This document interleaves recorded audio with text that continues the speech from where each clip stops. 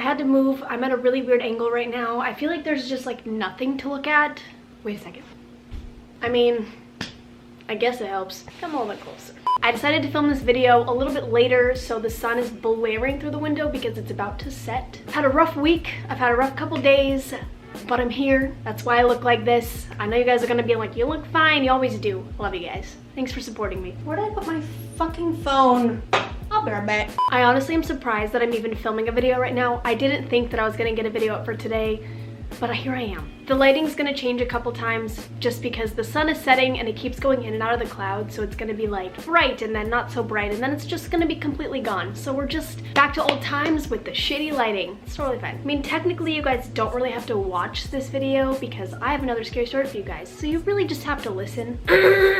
I am like just getting over my sickness. Like my throat is still pissing me off and I kind of lose my voice every once in a while. I tried to film this video like 3 days ago, but it was at a point where I was just like so congested that I couldn't speak for more than like 30 seconds at a time before I would just die. So that failed. So here we are. I'm sorry that I did not get this video out sooner. I'm sorry that you guys have had to wait so long for all of these parts. It's just been hard because I've been sick. Shit's been happening. We're doing good. It's a good day. It's a better day.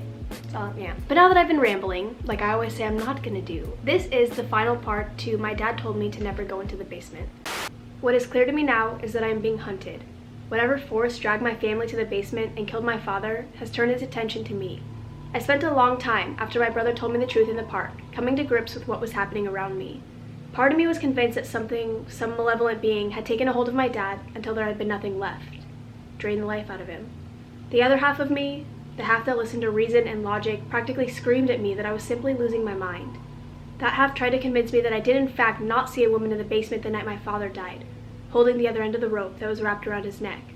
That half told me that my mind created a reality that would not accept the devastating truth of what really happened that night. For a while, I started to believe that half of myself. The half that believed the simplest explanation was the only explanation. Last night proved that half of me wrong.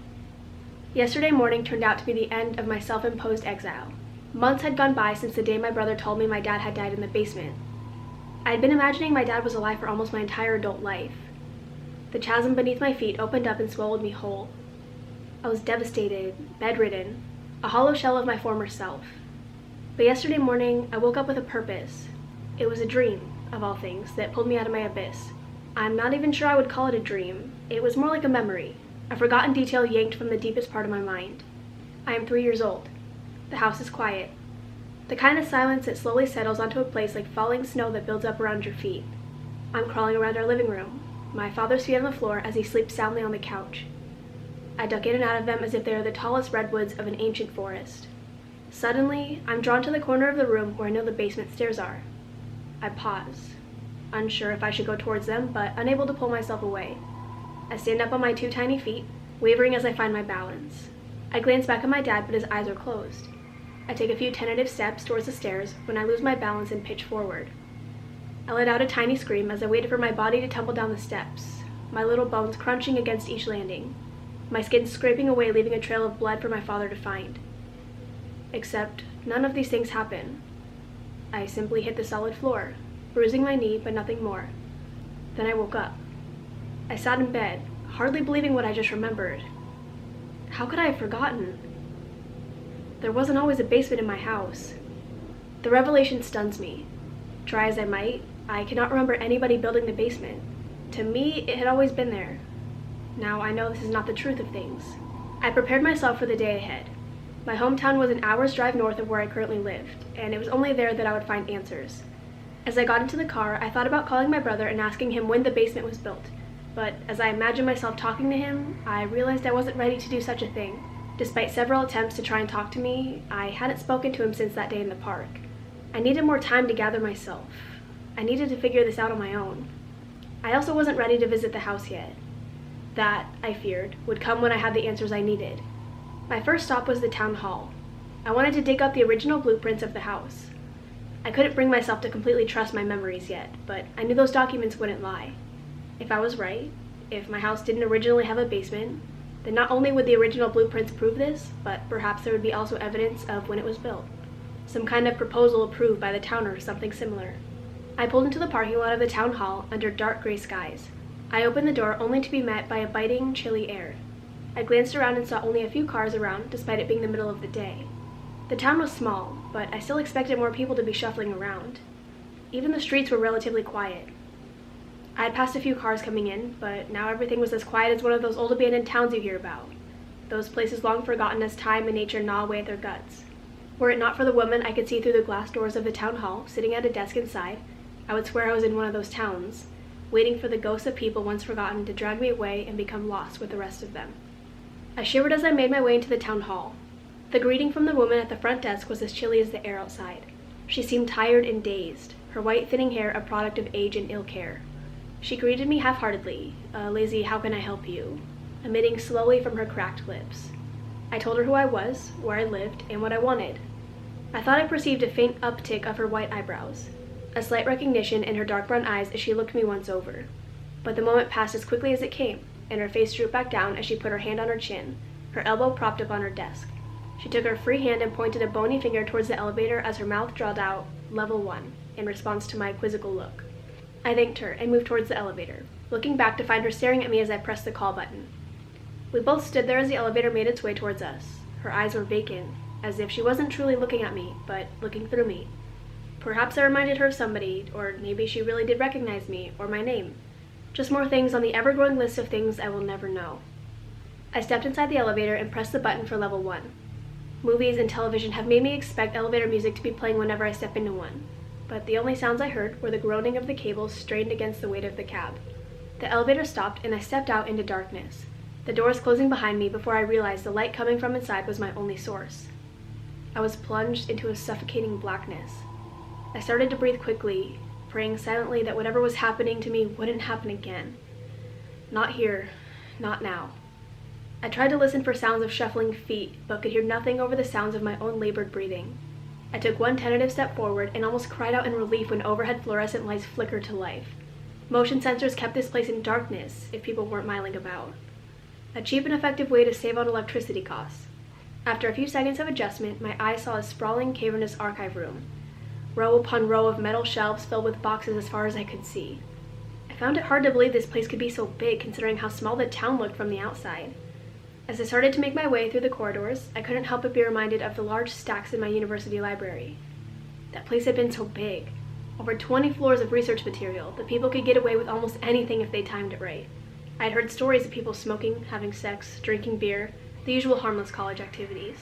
Other stories surfaced, stories of not-so-harmless things transpiring in the depths of the gigantic library shelves. Most were simply fables. I shuddered as my imagination took me to dark places. My university roommate had told me one story he had heard from a friend of a friend, the usual origin of horrible tales. A freshman had been pulling an all-nighter in one of the upper levels when he stumbled upon what appeared to be some kind of gathering. He saw a circle of people, their hands joined together as they were all staring at something in the middle. At first he couldn't see what they were looking at, and he became more and more terrified when he realized they were all wearing hoods on their heads, and they were chanting. The freshman was feeling a mixture of curiosity and courage that was enough to overcome his initial fear. He assumed he had come upon a hazing, a ritualistic initiation for some poor soul who had decided the life of a fraternity was the way to go. The freshman had taken a few steps forward when one of the members in the circle spotted him. They all stopped chanting at the same time, and their heads swiveled around in unison until they were all staring at him. That's when the freshman saw what was in the middle of the circle. Campus security found him when people started calling in about somebody screaming in the library. The guard who found him said the freshman was covered in blood and screaming at nothing in particular. None of the blood was from the freshman. There had been no evidence of the meeting he described. I remember laughing at the story, but the look in my roommate's face betrayed nothing. I stayed away from all-nighters in the library after that. I laughed to myself in the archive room of the town hall, the sound escaping from my throat but dying quickly, suffocated by the dust and thick air. I quickened my pace, walking down the self-made corridors as I searched for my family's name among the boxes. Luckily for me, they were in alphabetical order, but unluckily for me, my last name begins with an S. As I walked through the seemingly endless rows of shelving, I began to realize the enormity of space that surrounded me. I had gone through at least a dozen shelves, and I was still in the letter A. How could this place be so big? As I walked among the shelves, I looked behind me and saw the lights had shut off. The motion sensors were on a quick timer, and only a small area turned on as I walked underneath them. I don't know whether it was because I thought about the freshman story, or if it was the creepy old woman at the front desk, or simply the gigantic darkness that surrounded me, but at that moment I wanted to get out of there as quickly as I could. I tried to count to 3, my technique for calming myself down in stressful situations. 1 Mississippi, 2 Mississippi. I didn't get to 3 before the light overhead turned off. I waved my arms in the air and the light came back on. I started a light jog, cutting across aisles, trying not to think about how many shelves were around me. I only thought why I was there, my desire for answers. 10 minutes later, I found the S section and frantically began searching for my last name. Around this time, it dawned on me that this archive room was underground. I don't know why that didn't click before. My mind hadn't been thinking rationally, and now that it was, I thought about all the times I'd experienced something I couldn't explain. Every single time, something had happened when I was underground. I almost smacked myself. How could I be so blind? I stood still for only a second, as I didn't want the lights to go off again. No sound besides the hum of the overhead light and my own pounding heartbeat. My desire to leave only intensified. I almost gave up on the search before I saw the box I was looking for on the very top of one of the shelves. I stood on my toes and reached high above me, taking the box in my hands. I put it on the floor and practically ripped the lid off the box. There were only a few items in it. There were 2 file folders and a large rolled up piece of paper. I almost cried out in relief when I saw exactly what I wanted, the original blueprints for my house. Finally, something had gone right. I didn't dare take the time to examine it there. I stashed the items in my jacket, not caring if I was allowed to take things from here or not. I was putting the box back on the top shelf when a light came on in an aisle ahead of me. I froze, held my breath. Thoughts flew inside my head. Could a mouse or a rat set off the motion sensor? I stood still long enough for the light above me to go out. I still didn't move. The light ahead of me stayed on. Something was there, moving, or someone. Then the light flickered off. The darkness was overwhelming. I couldn't see my own hand in front of my face. I listened for a sound. Tiny rodent feet scurrying, breathing, something. I thought anything would have been better than the silence that tore into me. I was wrong. The quiet air broke, pierced by an inhuman scream. It lasted for one terrifying second before silence enveloped me again. I couldn't move. I couldn't breathe. I couldn't think. Then another light came on, closer to me this time. I tried to look through the stacks. The light that came on was 4 or 5 shelves away from me. I couldn't see anything through the small cracks between boxes. The light went off again. I tried to recall how far from the elevator door I had gone. I slowly moved my head in the direction I came from and saw a small sliver of light. The exit, my way out. Then another high-pitched scream broke the silence, this time much closer to where I was. I held my breath again and tried not to cry. Silence. Another light came on, this time in the row beside me. Now I could see something through the shelves. A person. My gaze traveled upwards. I almost screamed when I saw it, a single white eye leering at me through the shelving. Instinct kicked in, fight or flight. I chose flight. I ran harder than I ever had before. I tore off into the direction of the exit sign. Lights behind and ahead of me flickered into action. I could barely hear anything besides my own heavy breathing and the stomping of my feet as they hit the floor. Then the scream came again, like something being sucked up from a vacuum and getting stuck in the nozzle. Something struggling, being choked. The sound was coming up on me, accelerating towards my body, nipping at my heels. The run couldn't have been any longer than 30 seconds, but a lifetime passed before I reached the elevator doors. Somehow, mercifully, they were open. I threw myself into the cab and pressed any button I could. The light came on in response, making me a visible target for whatever was out there. Like a hunk of meat in an oven. 1 Mississippi. All the lights in the archive room were off. The elevator door stayed open. 2 Mississippi. The door started to close. 3 Mississippi. Just before they closed all the way, an arm came through the opening in the door. I stared in disbelief as this skeletal limb shot towards me. The skin was a sickly gray, and in spots I could make out rotting muscle tissue. The nails were long and sharp, like they had been whittled into talons. The door sensors kicked in and opened back up, not wanting to shut themselves on somebody. The arm disappeared into the blackness. I held my breath again, silent and still on the floor of the elevator, waiting for the nightmare to devour me. I must have closed my eyes, because the next thing I knew I was on the lobby floor. The doors were open, revealing the old woman looking at me. What she must have thought, me sitting on the floor, terror etched into my face. There was still light outside, like only a minute had passed. I didn't hesitate. I got up quickly and practically ran to the front door. I had 1 foot outside when I caught the words being spoken by the old woman. Did she find you? I was stunned. I wasn't sure I heard her right, forgetting momentarily that something had been chasing me for only minutes before. I turned around and asked her to repeat herself. Your sister, did she find you? She came in right after you went down, and I told her where you were. I couldn't speak at first. A mixture of relief and terror swept through me. The old woman was my salvation, proof that whatever was after me wasn't a figment of my imagination. I asked her if my sister appeared to be normal. She looked at me, a strange look washing over her. Of course, she looks just like you. After I left the town hall, I drove back home. I didn't even wait to go up to my apartment. I enrolled the blueprints in my car and confirmed what I'd suspected. There was no basement in the plans. I looked in the first file folder, finding what I hoped I would. A request to build the basement at our house, signed by my father. So now I knew. My dad built the basement, and something was hunting me. The same thing that killed my father. And now I had to figure out why. I had to find out how to stop it. I am in the town library above ground, which is essential. Whatever is hunting me seems to only appear whenever I'm underground. 2 days ago it appeared as a normal woman claiming to be my sister, but I have no sister. I was lost, surrounded by pieces of a puzzle that had no shape. My dad built the basement, the place that consumed him in the end. Why can't I remember him doing anything? I remember before there was one, and I remember after. During that time I have no memory, a blank slate. Yet another memory encased within the deepest part of my mind, hiding beneath layers of repression. What am I protecting myself from? I get an idea as I lie in the damp, dark, stale air of my motel room. I'm searching through boxes full of newspapers, pile upon pile of faded pulp with dark black ink rubbing off on my fingers. The library's quiet. The kind that stills the air, makes you twist your head around and check behind your shoulder. Our age of technology had rendered this precious resource a forgotten relic. I doubt this library is ever busy. I can hear faint ticking noises coming from the wall clock, the shuffling of books being sorted by the young man at the front desk, the soft coughing coming from the woman reading through piles of large-spined, dusty novels in the corner, the only other person in the library that's not an employee. I'm growing paranoid. I thoroughly inspected her as I passed by, thinking for the briefest of moments that it would be back, that I wasn't safe anywhere, that this woman would raise her head from the pile of books and all of my nightmares would come pouring out of her face. But she was normal, throwing a suspicious glare my way when I lingered for too long.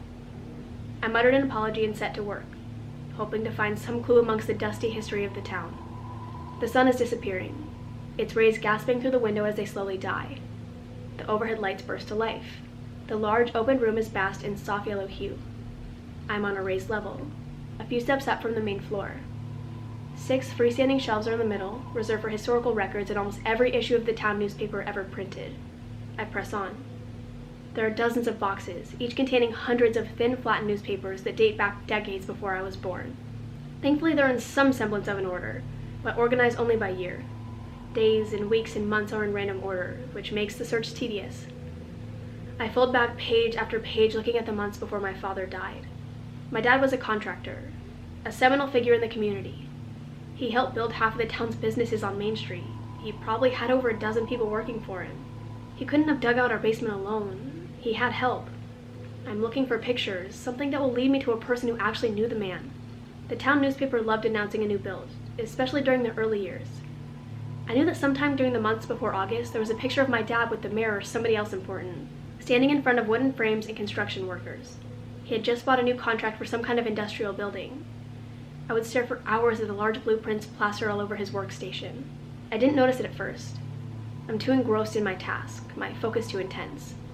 Only when I find what I'm looking for, when I raise my head in triumph as the picture I had been seeking comes between my fingers, do I see the library's empty. The young man at the front desk is gone. The woman buried in her pile of books is gone. The ticking noises from the wall clock have stopped. I'm frozen, unable to breathe. Not because the library had been abandoned, but because somebody is standing behind me, throwing hot breath onto my neck. The sound is guttural, primal, slow, controlled breathing. There's a wet, raspy noise coming with each breath. I can't seem to muster up the courage to do anything. I can't move my legs, I can't turn around, I can't speak. I'm simply hoping against hope that I survive, willing whatever is behind me to go away. I close my eyes, try to think of something good, My father, his strong callous hands passing me a plate of eggs for breakfast. My mother smiling as she kisses his cheek at the table. My brother laughing as my father makes a funny face, his tongue twisting out of his mouth and his cheeks puffed out. It's the last breakfast we had together as a family. I open my eyes, clench my fist. I've had enough. I whip around, screaming as I do so, my war cry, my hands out in front of me, fist balled up and ready for the world. Nothing. Nobody's there. I let out a yell in frustration, a billowing groan that comes from all of the pain and fear that I'd felt since that first night my dad whispered in my ear, "Don't go into the basement." I'm quick in my next movements. I grab the newspaper that has a picture of my father on the front page. I throw it into my backpack and run out of the library, almost knocking over the young man who was at the front desk. He yells at me as I hustle to my car, and I catch the words "close" as I shut the door and sit behind the wheel. I take a deep breath, pull the newspaper out, and stare at the picture. The memory I have of my father, especially during that last breakfast, makes what I see in the picture all the more jarring. I'm stunned. The man I'm looking at is not the man I remember. He stands there, his large chest and broad shoulders towering over the mirror as they pose in front of a construction project. A beaming white smile is plastered on his face. A man full of life and vigor. I think back to those days. He was so fragile looking, his arms wiry and skeletal as he passed the plate of eggs across the table. His skin pale and pock-marked as his tongue came out of his mouth. Mom had to help him up sometimes. I remember how his legs would wobble and his face would scrunch up in pain as he tried to get off the couch. I can't believe what I'm seeing in the picture. My father died on a hot summer night in August. This picture is dated in May of that very same summer. What happened during those months? I'm trying to think of possibilities as I pull into the parking lot of my motel. I'm so immersed in my own thoughts I didn't notice the door is unlocked as I turn the knob and walk into my room. I throw the newspaper down on the bed and strip off my clothes.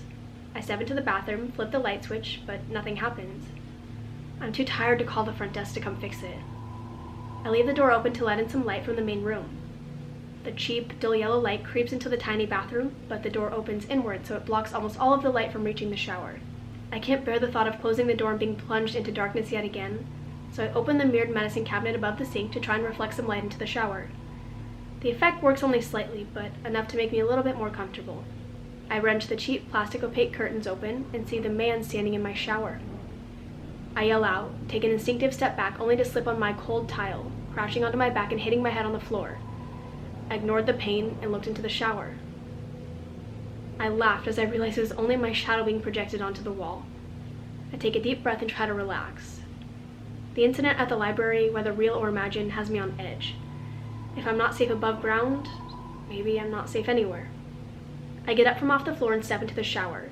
I turn on the water and close the curtain, which is transparent enough so I don't lose much light. The cleanse is just what I needed. I stand there, the surprisingly forceful hot water crashing onto my hair and rolling down my body. I feel the day's events washing off of me. A torrent of torture trickling down the drain. I think about the picture of my father, standing beside the mirror. I smile because I also think about the man standing on the other side of my father in that picture. His crew chief, his right-hand man. They were not very social, but I remember my dad on the phone talking to him all the time. The man would call our house long after supper. Sometimes I would beat my brother to the phone and talk all grown up using Mr. and Mrs. and thank you and please. He would laugh and ask for my dad. The mayor is long dead and can't give me any answers, but I'm betting against my instinctual nature and I'm assuming he's alive. I'd completely forgotten about him until I saw that picture. I have memory flashes, small pieces that run through my head. A particular inflection in the tone of his voice. Him in his hard hat, waving to my dad as we walk home together. He came over for dinner once or twice. Always talked shop, as my mom would say. And now I have a name, thanks to the caption on that picture. For the first time in a long time, I am hopeful. I have a lead. Something intangible. I smile, lost in the memories of better days. Then the light shifts, darkens for a split second. I take no notice. Then I hear the sound of a door closing. At first I think it's next door. The walls are cheap and thin. Then I feel a draft that rolls in, waving the curtains ever so slightly. Someone is in my room. I don't do what I should. I don't rip open the curtains and confront whatever's there. Instead, I cower and whimper, the water drowning me in fear and shame. I could turn it off, but I don't want there to be silence. I don't want to hear what I heard in the library. It was inhuman, a sound I could have never thought existed. I stand still. The hot water is running out and I begin to shiver. I close my eyes. I begin to count. 1 Mississippi, 2. My eyes wrench open when I hear it. The unmistakable sound of something being dragged down the plastic curtain. A hand pawing at the slime sheet, working its way up and down like it's trying to find an opening. Or maybe it just enjoys taunting me. The anger comes again, like a rolling tide. Whatever this thing is had every opportunity to take me, to drag me away and rip the soul from my body. I'm my father's son, but I won't go down like him. I rip the curtain open. Nothing. I run into the living room and barrel through to the outside, but there's nobody there. I look left and right, but the place is deserted. The only sound is coming from the television at the front desk. Suddenly aware that I'm naked, I quickly shut the door and get dressed. I can't stay at the motel. I can't stay anywhere. I'm about to leave when I reach down to grab the newspaper. Instead, I only grab bed sheets. The newspaper is gone. I'm driving. My car is the only place I feel safe now. Someone stole the newspaper from my room or something. Trying to stall me? Cause my interest to wane? I called information for the name of my dad's right-hand man and started driving. Despite what happened in the motel room, I remember everything about that picture, whether it's in front of my face or not. If this man is still alive, I'll recognize him. The operator gave me an address, but for all I know, the place had been abandoned. I look around the neighborhoods as I drive and see that many of the houses have become extinct. Shutters falling off their hinges, dead grass on the lawn, every vine trailing up a weather vane, a reminder of the cruel, relentless nature that comes with neglect. The address is bringing me somewhere on the outskirts of town. The orange hue from the light pollution of the town fades and the sky opens up. I think back to the nights my father and I would lie in the fields outside of our house and he would try and show me the constellations. I would be impatient, not caring about the dying light in the sky, wanting more than anything to leave him there and go back inside. How much I would give to go back and ask him about Virgo and Sagittarius, tell him to point out the Big Dipper and how to follow it to the North Star. The memory is a cruel thing, something that gnaws at the very core of me. I find the house and am somewhat surprised when I see that at least one person seems to live there. It's a big farmhouse at the end of a long and narrow dirt driveway, and as I turn in, I can see tracks dug by large farm equipment. The house is a black shadow, even against the night sky, but there are several illuminated windows that cut bright yellow squares in the darkness. I pull up to the house, sitting there trying to figure out what to say when the front door bursts open, and a large shadow steps out from the light of the house. I open my car door when I hear the unmistakable sound of a gun being cocked. It sounds like the hunting rifle my father kept above the couch during the years when deer tore up our fields. The car is still running, and the headlamps from my car throw 2 white beams into the field surrounding the farm. A grizzled man steps in front of them, and I know immediately that I'm in the right place. He looks exactly the same. He could have stepped out of the picture right in front of my car. I'm speechless.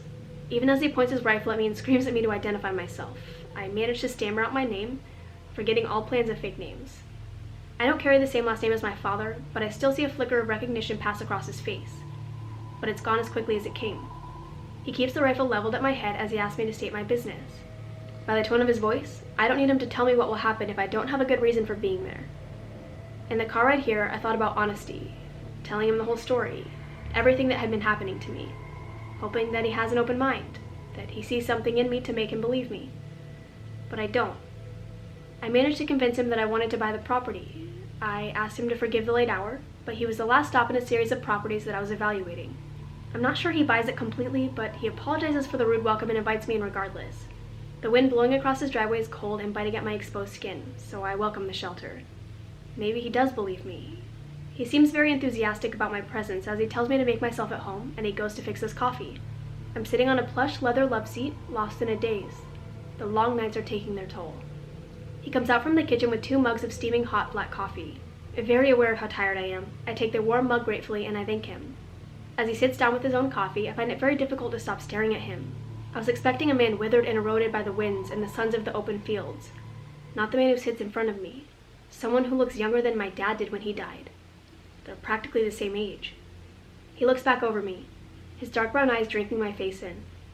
We sit staring in silence for the first few minutes, the only sound coming from me blowing on the hot coffee.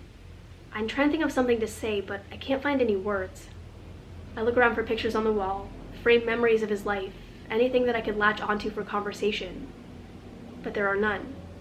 The bitter coffee stings my throat as I turn my head every way and find his place to be surprisingly empty. Only a few pieces of furniture are scattered against the large open room. No decorations or pictures on the wall. And then everything stops. I see something that turns my blood cold. In the corner of the room are stairs that led down to a basement. They were identical to mine. The location, the size of the stairs, the wood they used, everything's the same. I stand up. My breathing is shallow. The room is spinning as anxiety takes over my body. No, not anxiety. Something's wrong. I look over and see him smiling. The last thing I see before my head hits the floor is his mouth opening. You look just like him. I've been gone for 14 days. 14 days, 14 nights. Literally a fortnight. Don't go into the basement. I have to write it all down, make sure I can remember it, because Dad was right. He whispered it to me every night for years. Don't ever go down there. I'm writing this here because I know my big brother will find this. I hope. Hey dude, I'm really sorry, but hear this, right now. A proclamation of my highest caliber, the utmost importance of all importance. You have to find me. This isn't a joke. The only reason you'd be reading this is because, let me guess, I'm missing. I'm not at home, I'm not at work, I'm not at a friend's house. So you came to my private storage locker, which means you went through some things to find it. Things I know I'll owe you for. Consider that debt repaid if you can actually work out where I am, because here's the problem. I don't know where I'll be once you read this. I don't know where I'm going. I don't know where I'm going. You see? You will. You have to. Because I'm really, very, truly frightened. Not scared, you understand? Scared is the name of that thing that you feel, the deep guttural instinct that tells you to run for as long as you can. It only takes a fraction of a second. That fraction when somebody touches your back and you had no idea who was behind you. The fraction where they do that thing in a movie where somebody keeps flipping the medicine cabinet mirror back and forth, back and forth. When is that thing gonna pop out at you? And then the thing pops out and your breath catches. That's scared. I'm frightened. Utterly afraid for my life every second of every minute passing. And I've been afraid for 14 nights. A fortnight. I went to visit Father's work pal, you know, that big, hairy, quiet dude. It took a picture in the paper to spark the memory. Dad, the mayor, shaking hands at the start of another construction project for the town. He wasn't beside Dad or the mayor. He was behind them. Long and wide and straight up. Eyes fixed at the back of Dad's head. Even now, after everything, I still can't remember his name. He knew who I was as soon as I stepped out of the car. Framed in the door of his home, a long rifle in his hand, I gave him a name and his eyes sparkled for a passing second. I was Dad's son. I went into the house with him. Stupid. I woke up on a basement floor. I know it from the very moment I'm conscious again. That smell, you know? Musky. The air is so wet and thick. The fragrance wafts up my cavities, and then they're landing on my tongue. I taste that stale, salty, wet air. I gag on it. Mercifully, there's a light on. A solid beacon high above my head. Almost too bright. At first, I think I'm in our basement. My heart ripples, body tensing in anticipation. Muscles strain and tear against the rotting biting into my skin. Muscles strain and tear against the ropes biting into my skin. I feel my arms floating. I look down and realize I'm strapped to a chair and have been long enough for the tingling numbness to begin trickling down my legs. I try not to focus on anything. I don't want to see what's down here. The whole air is so silent. A faint ringing in my ear pulsates over my body, my heart pumping a furious frenzy of deep bellowing bass tones. I dare to chance a look around. Knowing is always better. Barren. A wasteland of thick, hard gray bricks, as it must have looked in the beginning. The lone builder, breathless, covered in muck and grime and the salt of the earth, beholden to its creation. Lay 3 of me down here head to toe in a cross formation and you have a sense of how small the room was. The air cracks as first words draw breath. At least, I think they're words. They're stretched, distorted, words flung from the mouth and torn apart, the guts ripped out of them. What has come to me this night is surely the most assured of signs that I am part of something greater. He's behind me. I catch a whiff of salted air. It spreads across the back of my neck, hot to the touch. But by the time it curls around my face, my eyes sting from a biting frost. He speaks again. A low-pitched warble of speech that spews out from the bottom of his throat. Who do you think it is? When the light settles and the ground is above you, who do you see? I try to twist my head around to see him, my neck craning from side to side, but he must be directly behind me. There's some kind of draft in the room, a swirling mass of air that licks my face. For the first time, a hollowing sound slides over me, warm molasses dripping onto my head, hypnotic waves of air that scream, howling cries of wind that carry the sounds of the dead. He leaves. His body brushes by mine as I watch the back of him disappear up the stairs. I catch his last fleeting words. Wait. When the time is right, it will come for you. And he's gone. I struggle against the ropes, but they're too tight. The sound is pulsating, growing stronger. Then a hand clamps down on my shoulder. A strong grip, clammy to the touch.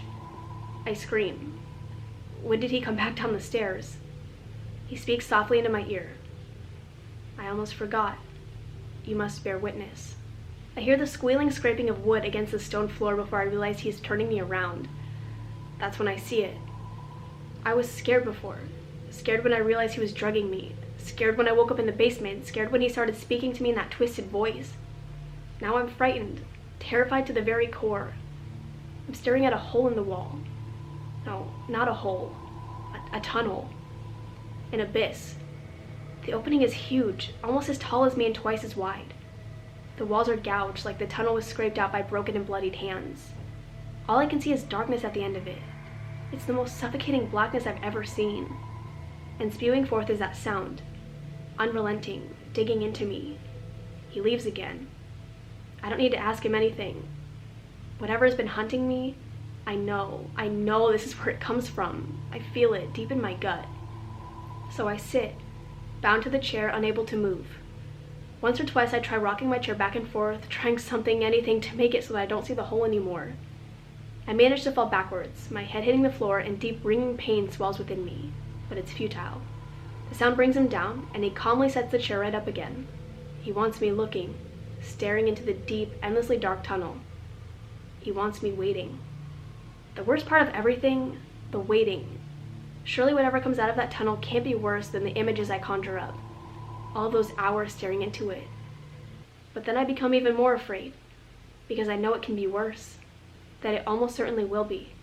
My mind can't comprehend such horrors. He brings me water and stale bread several times a day. At least I think he does. All concept of time is ruined for me in the dark. I didn't know how long I'd been gone for until I escaped. There were times I wouldn't even know he was there until I felt him breathing behind me. Only once did he say more than a few words to me. It was the only time he sounded normal. I couldn't see him, only heard the words that formed his story, which, in many ways, is our story. I will try and recount it as best as I can. I didn't want this. You have to know that. Any of it. If your father hadn't, well, I don't know what would have happened. You were just a little boy when he came to me. He wanted to build the basement. I didn't ask why. Didn't really care as long as he paid me. It was a simple enough project, except he wouldn't use machines. He was adamant about it. Took us 3 times as long, but I wasn't complaining. Paid by the hour, you know. It was tough work. The earth was cold and hard, slabs of granite and limestone in every direction, no matter where we dug. By the end, it didn't look like much. Nothing more than a dark square hole. A wound in the ground. I never said this to your father, but I was relieved when it was over. The money was good, but every night I went home after hours of digging and hauling soil and rock, and I barely slept. Usually on a project like that, I'm out the moment my head hits the pillow, but this was different. My sleeps were plagued, nightmares infesting my head. I would snap up, sure there was someone in my house. I would open up my door and look down the stairs, unable to move. Like those nights when I was a kid, and I knew a monster would appear in my doorway ready to consume me, leave my withered corpse for my parents to find in the morning. Except it wasn't over. I had all the tools packed in the truck when he came out. He just looked at me, eyes boring into me. I'd never seen him look like that. He said, "We're not done," and got into the truck. We drove to my house and he told me we had to build one here. I didn't want a basement in my house. I didn't need one, but he grabbed me by the shoulders and said we have to. I don't know why I agreed. Something in his eyes. So we finished the basement. I found him smashing a hole in the wall. At this point I stopped asking questions. Something was wrong with him, but he was your father, you know? You didn't say no to him. He said he would pay me double to haul rock out. So I took more money, hauled his rock out. It took him a month to carve out the tunnel. And then, one day, he was gone. He was missing for a month. You wouldn't remember it. The police, the searches, you were too young. But I never told anyone. I knew where he was. At least I knew where he had gone. Down into the deep. Do you see? He summoned it, brought it back. He was there one night, in my doorway. My nightmare came true. He told me to meet him in the basement. And he showed me. The howling began. You hear it now. And you'll see soon enough. I didn't know what to say. Part of me was trying to dismiss it. Nothing more than lunacy from a broken man. But I knew better. The howling continues. Great billowing wails that penetrate sprung from the depths of the monstrous blackness before me. Sometimes I could block it out, soften the blow, but it was always there, as steady as the heartbeats within my chest. And then it stops. I've never known such a silence, such an absence of sound. It felt as though every molecule had been sucked out of the air, drawn towards it. The tunnel. I can't help but look. I decided long ago that I would not shut my eyes, whatever happened. I wanted to face it head on. Oh, how wrong I was. The darkness at the end of the tunnel ripples. It's the only word I know how to describe it best. You remember that pond, the one we found tucked away in the dark corners of the forest behind our house? It was so deep that even during the day when the sun was high above the tree line, it looked black. Like how I imagined the dark holes in space would be, the ones that suck matter into deep unknown. We used to find the biggest rocks we could and toss them in the middle, remember? I remember staring at the splash they made, those deep ripples billowing out until they disappeared. That's what it looked like at first. The blackness rippling. Then I see a hand clinging against the wall of the tunnel. Except it isn't really a hand. The shadow of one, maybe. I can't focus on it. The darkness is too great. Then I see the unmistakable white, two eyes leering out of the black. Then spidery limbs spewing out of the opening. I don't even notice I'm screaming until he's behind me. A soft hand on my neck. The thing is crawling, slithering towards us. I close my eyes despite the promise I made to myself. He whispers into my ear. We told you not to come down here. And then more screaming. Except this time it's not my own. I don't understand at first. All I hear is him screaming and then a suckling sound. A sickly wet sobbing like gums and tongues mashing food. Then heavy breathing, struggling, choking. A heavy crash. I open my eyes and I see his body on the ground, but it's not his body anymore. It's the body of something that had been dead for 100 years. Mummified. Skin dry and cracked, his face a gaunt masquerade. Dark sunken holes where his eyes used to be. Raspy, wet breaths from behind me. I count. 1 Mississippi. It's close now, right beside my head. 2 Mississippi. Hot breath in my ear. 3 Mississippi. The words I will never forget. Go into the basement. I don't remember passing out. All I remember next is waking up in my storage locker, my laptop open, its screen glowing in the darkness. That's when I remembered my phone. I had set it to record before I went into the house. I found the file. Cursed when I saw it was only a few seconds long, and I pressed play and heard the sound, the howling from the tunnel, and it all clicked. Do you remember now? Those nights, lying in bed, trying to shut the sound of the wind out? It wasn't the wind. It was the tunnel. I heard it the night I found Dad in the basement, when I first saw the thing hunting me. There's a tunnel in our basement. There has to be. So that's where I go now, where deep down I always knew I had to go. Find that tunnel, big brother, and you will find me. There's no way that that is the end of it. There's no fucking way that that is the end of it. Okay, hang on. I mean, I've been reading for an hour, so like I probably couldn't read anymore if I even wanted to, but there's no fucking way that that is the end of it. That's the end. Are you serious? And I'm pretty sure this story is a little bit older, so like I don't know if like he's adding anything else to it, but like if you're watching this, please. I'm seriously, like half the time I just have like chills. This story is so well written. I'm just like in shock by it. Like this is literally one of the best stories I've ever read, just like in my life. I really hope you guys enjoyed this story. That was a long one. That was very long. Literally I've been recording for an hour. This should be interesting to edit. If you guys have any other stories you want me to read, please send them to me. Oh my god, I don't even want the story to end. Like, I love this story so much. I'm actually very excited for the story that I'm going to be reading next. If you guys remember Tia, she's written 2 of the stories that I've read on my channel. She actually wrote another short story. I'm so excited to be reading that. She also has a poetry book coming out at the end of the month. I'll talk more about that in the video where I read her story, but I mean, you guys need to buy it. Like, she's an incredible writer and I'm so excited for her to release it and I'm excited to get it. But I will talk more about that in next week's video. But this has been long enough, so I hope you guys enjoyed and I will see you in the next one. Bye. Fuck me. I need a coaster so I can put my Diet Coke on my coaster and I can drink my Diet Coke while I read. I know it's not Christmas anymore, but like, she's cute. Lean back. Lean back. I have not sat and read a story for like this long since I did my hour-long scary story. So you're welcome. See ya.